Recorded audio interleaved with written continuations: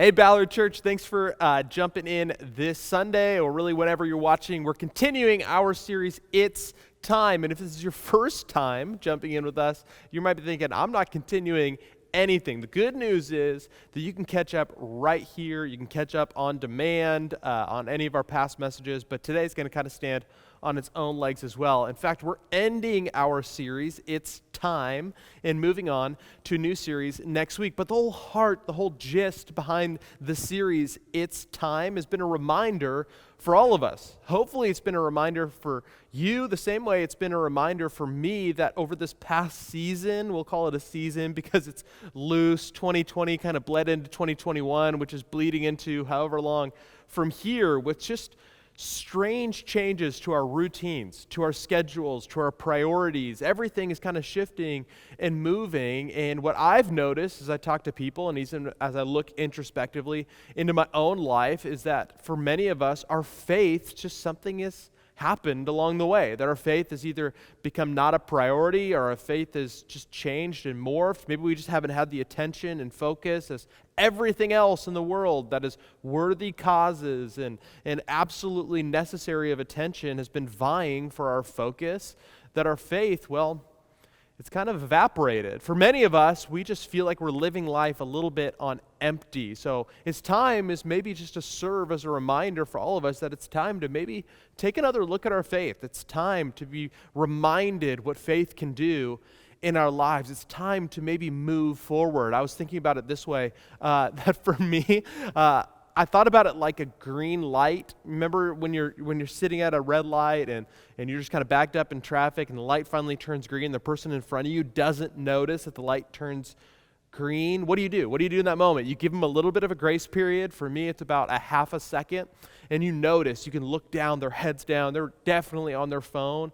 And you have to just give them that quick beep beep of the horn. You know what I'm talking about? Like not the aggressive. There's a very fine line between the aggressive, like laying on of the horn, and the quick beep beep. That moment where you just say like, hey, just letting you know, it's time to go. So hopefully this series hasn't felt like an aggressive horn. It's felt more like the beep beep that lets you know it's time to start moving. And the way that we decided it was to start moving is to look at what our faith could do. What things are faith catalysts in our life? What things, when you compare your story with my story, with the stories in the Bible, what grows people? What really blows up people's faith? And as we look to it, there's really always some common principles. The first one of the 5 of them has been practical teaching. Practical teaching is when somebody opens up the Bible and explains it in a way that makes sense and you can apply it to your life. It's not just reading it for the sake of reading it. It's reading it with the lens of application. How do I apply this? Because wouldn't you know it, when you actually started to apply it, you saw God actually show up in the midst of it, and your faith grew. The second one was personal ministry. Personal ministry, when we decided, even though we felt ill-equipped and we didn't know enough, and we hadn't read enough, we hadn't learned enough, and we hadn't been to church long enough, we decided to just give it a shot. We decided when someone made that ask that we were going to actually put our faith into action to serve other people, that we were going to put our story into somebody else's story. And it's amazing to see what happened in the midst of it. Maybe you went on a missions trip somewhere. Maybe you just served in kids ministry, which could feel like a missions trip sometimes.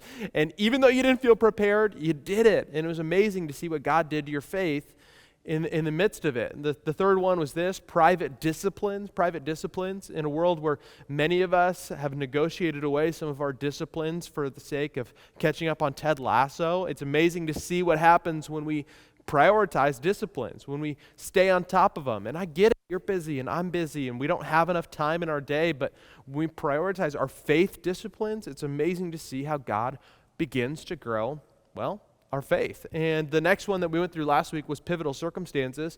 Our pivotal circumstances in our life when we didn't see it coming, we didn't invite it, we didn't ask for it, but that event or that moment became a cornerstone in your life. Sometimes it was for the better, sometimes it was for the worse, but as we talked about last week, it was really just the lens in which we approached the event could change our faith.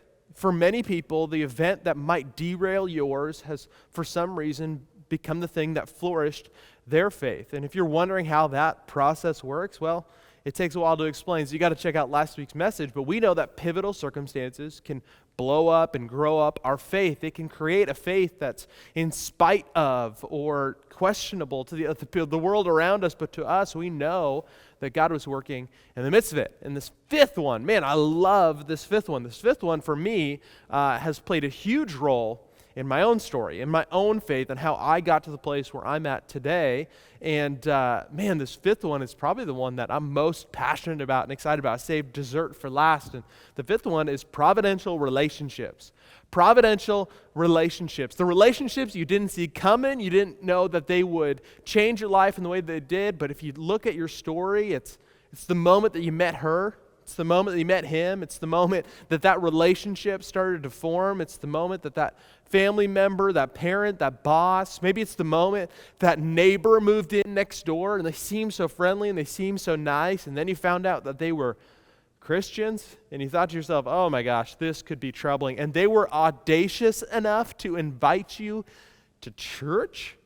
And so you were about to list your home for sale because you were like, this is going to go so poorly. This is going to be awful. And you said no, and you said no thank you, and you said there was a Seahawks game, and made excuses. You made excuses. And then finally you decided to actually go. And as soon as you're like, oh, this is going to be a cult, this is going to be horrible, you didn't actually hate it.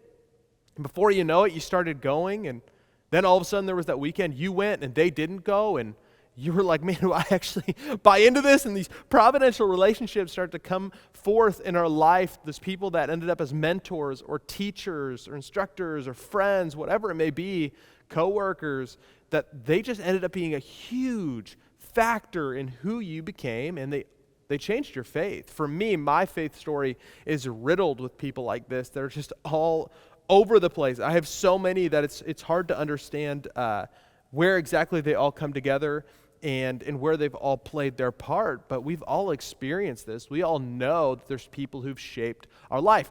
In fact, if you take this outside of the conversation of faith, if for many of you watching, I realize faith isn't a huge part of your life yet, and maybe not even a part of your life yet, but here's what I know. If you take this outside of your life, the same principle holds true, that yes, in our faith, people and relationships can shape the way that our faith looks, the same way that maybe a coach shaped your sporting career, maybe a way a mentor at work shaped the career path that you're on today. The same thing can happen in our faith. We see this play out in a story that we don't often talk about a lot, but it's one of my favorites.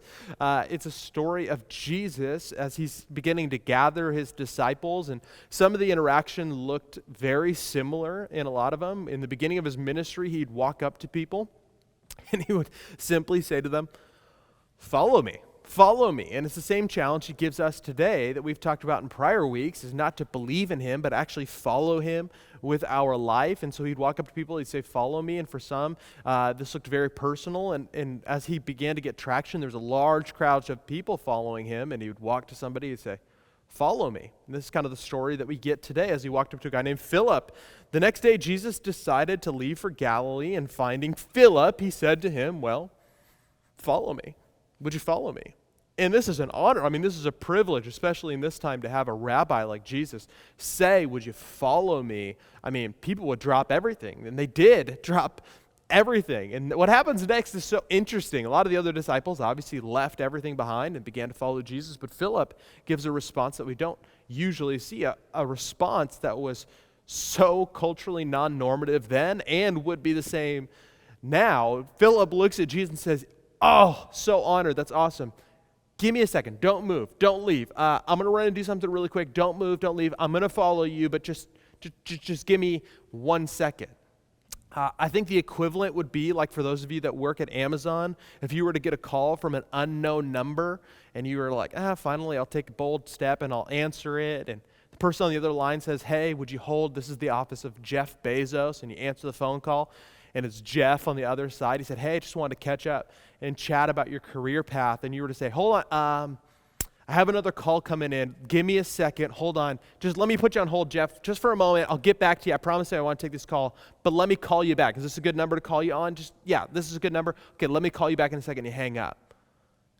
everyone would be like, wait, you did what? Like, it doesn't, I don't understand what you're thinking. Like, that is career suicide. Like, what are you thinking? Why would you ever make a decision like that? And so everybody is stunned by the response of Philip. But Philip wanted to run off and talk to his friend Nathaniel. Not for advice. Really, he didn't even ask him hey, should I do this or not? He didn't run to his parents. He didn't run to a coworker or a mentor. He didn't run to any of that. He ran to a friend, and this is the conversation that he had. Philip found Nathaniel and told him, "We have found the one Moses wrote about in the law. This is the one that everyone has been waiting for, and about whom the prophets wrote, Jesus of Nazareth." I mean, this is the one who's going to save the nation of Israel. This has been the great, they would refer to him as the Messiah, the great one. This is going to be the one that would usher in the kingdom of God. I mean, this guy is significant.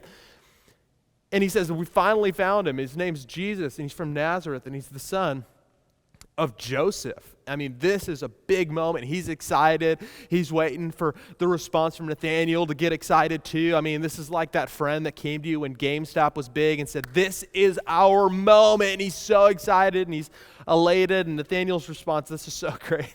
I love Nathaniel's response in this. Nazareth, come on. Can anything good come from there?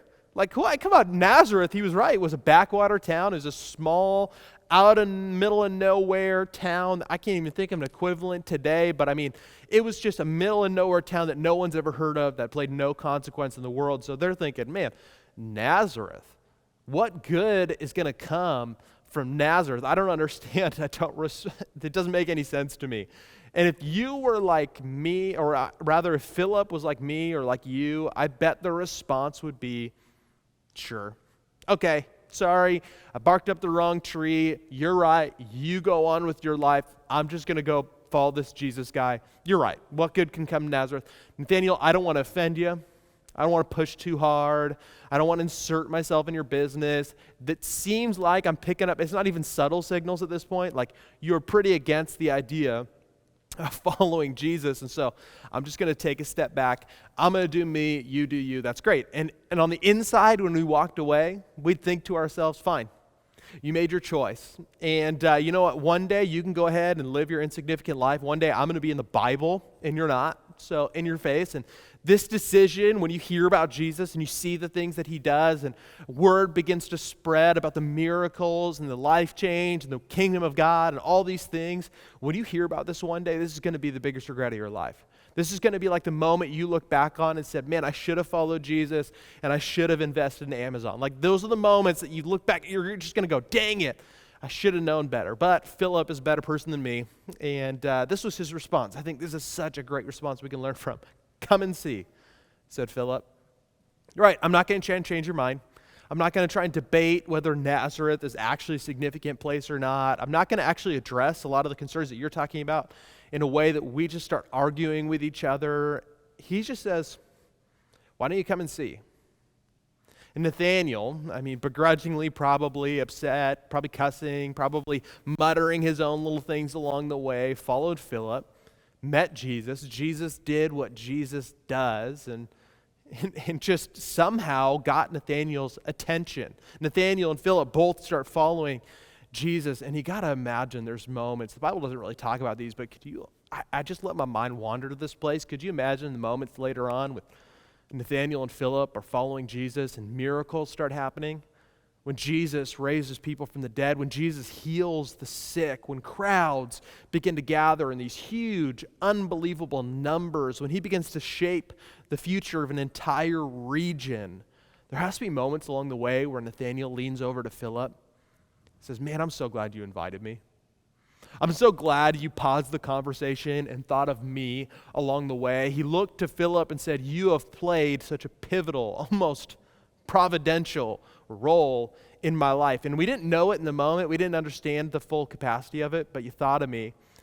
And our lives came together in a way where forever, when Nathaniel told his story, not only would he bring up Jesus, but he'd bring up Philip along the way too. And as I look back on my story, man, there are teachers, parents, educators, there are pastors, mentors, friends, co-workers, so many people who have shaped the narrative of my faith, who've changed the way that I view God by the way that they act, by the way that we've interacted. And as I look back, I mean, it wouldn't do any good to tell you their names because you wouldn't know them. But to me, they mean so much. To me, they're so valuable. And I don't know if you've had the privilege, maybe you've had the honor, and maybe this is a new concept for you, and maybe you don't even know it yet, but it's taking place right now. Have you ever had the moment when someone else is telling their faith story and your name comes up? And you think, man, I don't know. I was just trying to do the right thing. I was trying to be a good coworker, a good boss. I was trying to be a good friend in the moment. And wouldn't you know it, I ended up in somebody else's faith story. And it's just so humbling and encouraging and challenging. What a reminder it is. In fact, I mean, when we look at psychology and when we look at sociology, really this is where these two concepts kind of come together, is the impact other people have on a person. It's the impact a culture, it's the impact a society, it's the impact a group of individuals has on each other. And we get to see the impacts play out in our faith as well. In the book of Hebrews, we see the author write to these new early Christians who were trying to figure out their faith and figure out how it interacted together, figure out what their faith could mean to them in a world that was trying to dissuade them. They were very new converts, for lack of a better phrase, to Jesus, moving from Judaism and accepting Jesus as the Messiah, changing their faith forever. And this is the encouragement that the author of Hebrews gave them when it came to holding fast to their faith. Let us hold unswervingly. Not a word that you use a lot, but we all know what it means to swerve while driving, so we all understand what it means to hold unswervingly, steadfast to the hope we profess. For he who promised is faithful. He's faithful. There's our word again when it comes to have faith in a season like this. How do we hold unswervingly to the hope that we profess? Now, we see this and we're encouraged by this, but remember, we always want to make it practical. And the great news is the Bible makes it practical, that it's not just encouraging, though I love encouragement. Again, like I'm a huge encouragement fan, but how do we do this practically? And good news is the verse continues, and here's what it says. Let us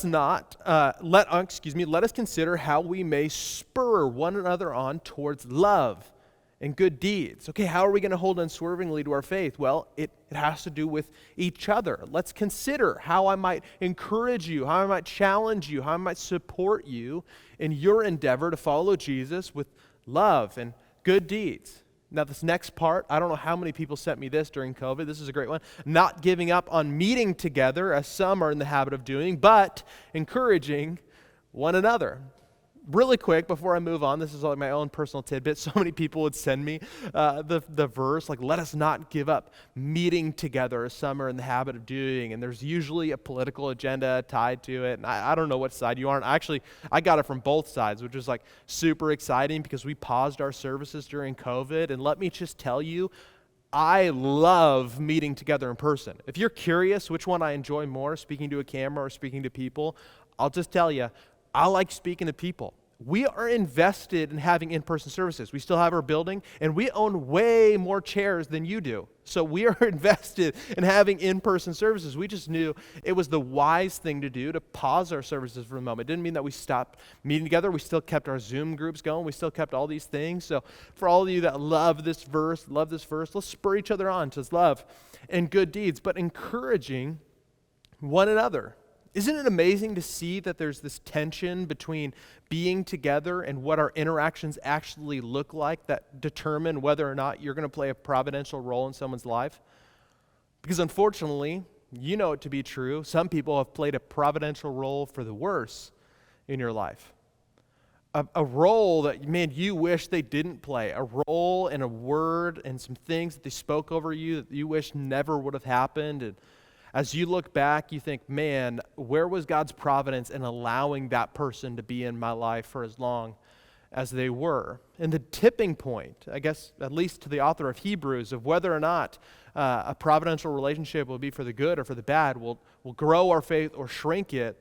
The difference will be what what the interaction looks like. Are they spurring you on to love and good deeds? Maybe it's a litmus test you can take in your own life. Are they pushing you to something better? Are they encouraging you in the places where you need to be encouraged? Because we know in this tension that things can get challenging. In fact, we know this to be true, that in our next point, people often lose faith when they lose contact with people of faith. Then when we lose contact with our faith community, when we're outside of it, that we oftentimes start to lose traction in our faith. You know this to be true because most likely you experienced this to some degree, maybe when you moved to a new city, when you changed a season of life, when you went from being involved maybe in a youth ministry that you loved and you were celebrating, you knew your person to, you went to a large church and it was hard. You were trying to figure out what that looked like when no one knew you anymore, and you left your faith community. It became challenging to keep traction in your faith because it's so hard, but faith is both a personal and a public thing. And it's so complex because a lot of times we like to draw the line between whether or not faith is a personal thing or it's a public thing. Like faith is either a thing I do on Sunday with other people and it's super fun, or it's a personal thing. And I hear it all the time, like I don't need to go to church, I don't need to be a part of a faith community because faith is just personal to me. It's just me and God, it's a personal thing. And I think if we lean on either side exclusively, then we've missed something significant. I don't think either side are healthy. I think the two coming together is where faith actually happens. I think about it like being a Seahawks fan. And I don't know about you, but there's that moment you can fill in whatever sports team you like, whatever sports team is not going to win the Super Bowl this year. It's just going to be the Seahawks. We say it in God's name. It's going to happen. And we know that moment when you walk into a stadium, you're like, yes, it is fun to have personal fandom for the Seahawks. It's great. I love being a personal fan. I will turn on the game. My family, my little girls, they don't really understand what's happening, but I'll try and explain it. I'm like, look, these grown men are just going to try and give each other hugs. It's going to be a really neat moment because I don't want my sisters tackling each other. I don't want that to happen. So they just give each other hugs. And it's this cute moment. I try and explain football, but personally, I love being a fan. It's something different, though, when you walk into a stadium. It's something different when you walk into even a living room with a group of Seahawks fans, and they score, and everyone's excited, and there's these big moments. In fact, I remember being the first Seahawks game I ever went to was the Saints playoff game where Marshawn Lynch went beast mode. You guys remember that? That moment where there was like a tiny little earthquake in Seattle and everyone was losing their minds and the fans went crazy. I remember being in the stadium in that moment, and I can't, there's just a picture carved into my head that I can't forget.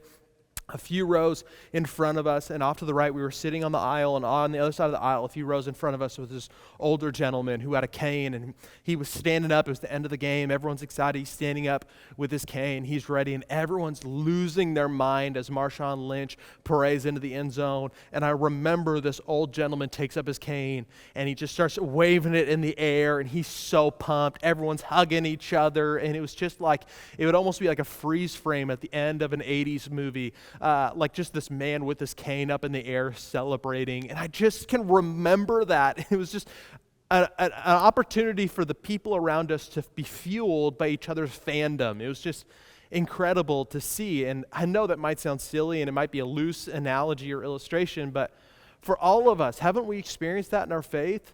Where something so personal also became public, and when the two met together, when we were encouraged by the faith of those around us, that something changed or ignited inside of us. And the inverse is true as well, that we've lost our faith sometimes when we've lost connection to our faith community. It says this in Proverbs as a great reminder: walk with the wise and become wise, for a companion of fools suffers harm. There's this juxtaposition, which obviously in the Proverbs, we never want to be the fool. We always want to be the wise person. But to walk in company with the wise, with those who will encourage and challenge and grow your faith, yeah, you'll become wise. And a companion of fools, well, they're always going to suffer harm. That depending on who we surround ourselves with, we can't be surprised by the correlation it's going to have in our faith. And I get, for some people, they say, man, my friend groups, they don't believe the same things I believe. I get it. I have friends that don't believe the same things I believe either. That's okay. But you need to be intentional about whether or not you're surrounding yourself with a community of people that believe and push and challenge you towards the same things. In fact, some of the best moments of my life, I can just trace back to this one concept here. When we see God's faithfulness in someone else's life, it's easier to trust Him with ours. When we see God's faithfulness step in and swoop in, and let's say a pivotal circumstance in somebody else's life, when we see their faith in action, when you see them demonstrating personal ministry, when you see them practically applying God's word in your life, when you see somebody's faith in action and you see God meeting them in the midst of it, you can't help but have your trust grow as well, your faith grow as well. And it's amazing to see this symbiotic relationship that begins to happen when it comes to faith, where I feed off yours and you're feeding off mine. And it's one of the beauties of the local church. It's one of the reasons that I love and I've decided to invest my life into the local church. It's because I love to see this principle in action. I love to see it take place. I love to see what happens on the other side of a simple invitation. The moment when somebody gets invited to come to church, maybe it's the first time in a long time, and they're begrudging, and this happens to me all the time. I love it. I invite someone to church, and they say, no, come on, just because I'm a pastor, I mean, it almost makes it more intimidating for people because they're like, no, I'm good. But the invitation always looks the same. The invitation, and if you're wondering, oh man, I don't know, inviting someone to church just seems so clumsy or awkward or seems so challenging, like how would I phrase that or how would I go about it? The simple phrase that I always use is this one: come and sit with me. Come and sit with me. Come and sit with me. And a lot of times, just between you and me, this is always a fun interaction to see. I don't usually tell people that I'm a pastor. I just say I work for a nonprofit or I'm a speaker of some sort or something. I usually make something up. And I don't tell them exactly that I'm a pastor. Maybe that's deceptive. Maybe I should work on that. But I don't usually tell them. Usually I'll just say, hey, come and sit with me. And if they do, there's always this fun moment where I want to sit in the front. And they're like, oh my gosh, hey, eager guy, like, listen, I'll sit in the front. And then finally I put like this Britney Spears mic on and they're like, what is happening? Did I come with the cult leader? Like, this is horrifying. And afterwards, I love the conversation of like, wait, you're the pastor? Wait, you're the pastor? That doesn't make it any sense to me. But it's as easy as come and sit with me. It'll be less threatening for you because you can sit in the back with them. You can sit wherever you want. You can grab them coffee. You can grab a donut. You can have the moment where you say, come and sit with me. In fact, this fall, we realize a lot of people are getting back into routine, and so we're kind of doing a fall kickoff. And maybe if you're looking for a time to circle on your calendar and start making invitations, is September 19th. September 19th, we're kicking off a brand new series. We're past Labor Day. Kids are kind of back in the grind. There's no 10 a.m. Seahawks game, and so maybe that's a great opportunity for you to invite a friend. Maybe it's a great opportunity for you to decide, maybe I'll check this out in person for the first time, or the first time since COVID. I'll go check it out in person again and see what's going on. We'll have great stuff for your kids. We'll have everything all set up. We'll have donuts ready for you. But the easy invitation involves come and sit with me. And the great news, you want to know a free bonus that could happen? Not only could you be the person that's written into somebody else's faith story as a providential relationship, but check this out. When you take that opportunity, your faith grows too. Because if you want a way to spark and challenge and grow your faith, if you want to sit in a church service with fresh perspective, invite somebody to join you. Because I'm telling you, nothing will make you sit up straighter and hope to yourself, please don't say anything. Like, you'll just pray the whole time during worship, like, I hope they play that song that I really like. Yes, they're going to play the song I like. And you're going to hope, man, I hope Lance doesn't say anything crazy. Oh, man, I hope he doesn't say anything crazy. I hope he doesn't talk about blank or blank or blank. Like, please, please, please. And you will be so attentive and you'll be so invested and you'll be so excited. And I promise you, if you come here, this is the one thing that we want. We never want you to have to walk away from a church service and go, it's not usually like that. It's not usually like that. No, I promise that was weird. It's usually so much different. I promise it's not. I don't want you to have to make excuses when you come here. I hope this is a place that you feel like you can invite a friend and feel safe and comfortable doing it. But the great news is you never know when your name might be written into somebody else's faith story. And ultimately, we know that providential relationships aren't usually forced. I've never seen it go well when you walk up to somebody and say, hey, will you be in providential relationship with me? Like, that's strange. It's awkward. Please, please, please don't do that. There's just something about it that happens naturally and organically, but at the same time, we want to systematize it around here in the way that we can be in relationships, not in a way that's creepy, but at least we set the table and whoever decides to eat can eat. And so what we know is that when it comes to our community here, we want to do small groups. Small groups are an opportunity to not just meet in rows, but do something a little bit different, because we know this to be true, and you know this to be true, is that growing our faith is less about rows and more about circles.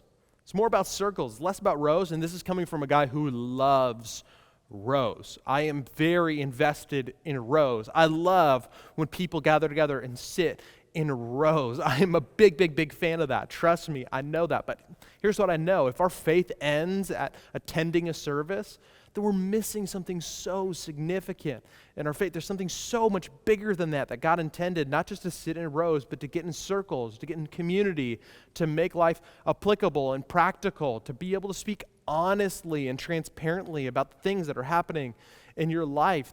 This conversation that we have on Sunday mornings is not usually a conversation.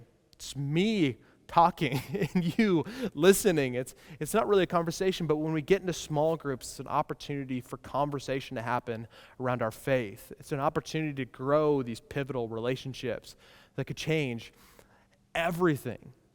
And so maybe, as I finish up here today, and hopefully we look back at these faith catalysts and start to wonder, where can I put some of these into action? At least now, when you know these 5 faith catalysts, you don't have an excuse anymore. That if you're wondering, man, my faith feels like it's on empty, well, when's the last time I engaged in these 5 faith catalysts? And you'll kind of have to look yourself in the mirror and be honest and give God the opportunity to show up in the middle of it. But I think to conclude, when it comes to pivotal relationships, when it comes to any of these, when it comes to figuring out how a relationship's going to play out in my life, to see what Jesus could do in the midst of it, maybe to take the bold step and join a small group. You can find all of them right on our website. It's not that hard. I believe that maybe it's the bold step to attend a service, to be a part of a community larger than yourself, to make your faith both private and public, and bring that together in a messy way. Maybe we could take the same challenge that Philip gave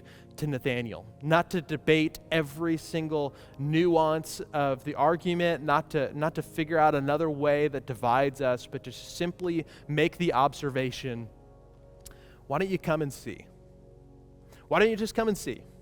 It's the same challenge that Philip gave, and man, did it ever work. Why don't you just come and see? And listen, if it ends up not being your thing, I've been in plenty of small groups that I'm like, hey man, this one just didn't hit. It wasn't a good connect for me. It doesn't mean I swear off the principle. It just means that I move on to another one, check out a different thing. And for all of us, I wonder what it would look like to just simply approach our faith with a come and see attitude. And see, I just dare you, challenge God to show up in the midst of it, to grow your faith, the practical, real world, tangible, in spite of faith, a faith that could challenge not only the people around you, but inspire a next generation. That's the kind of faith that I want to see in your life. And if we're honest, this kind of faith we want to see in our own lives too. So let's pray as we conclude this series and send off to another great week. Jesus, thank you for this reminder that it's time. It's time that the light is green. It's time to move. And it's just a subtle nudge. It's not a loud, annoying honk. But Jesus, it's just a reminder that the choice is ours to take action. That now we're equipped with the knowledge and insight of what to do. Jesus, it's up to us to actually do it. So not only give us the courage to take a next step, but give us the wisdom and discernment to realize what it is for each of us. We realize that each of us has a next right step in our relationship and our faith with you. And so I challenge you to help us take it. We pray this in Jesus' name. Amen and amen. God bless you guys. I can't wait to see you next week.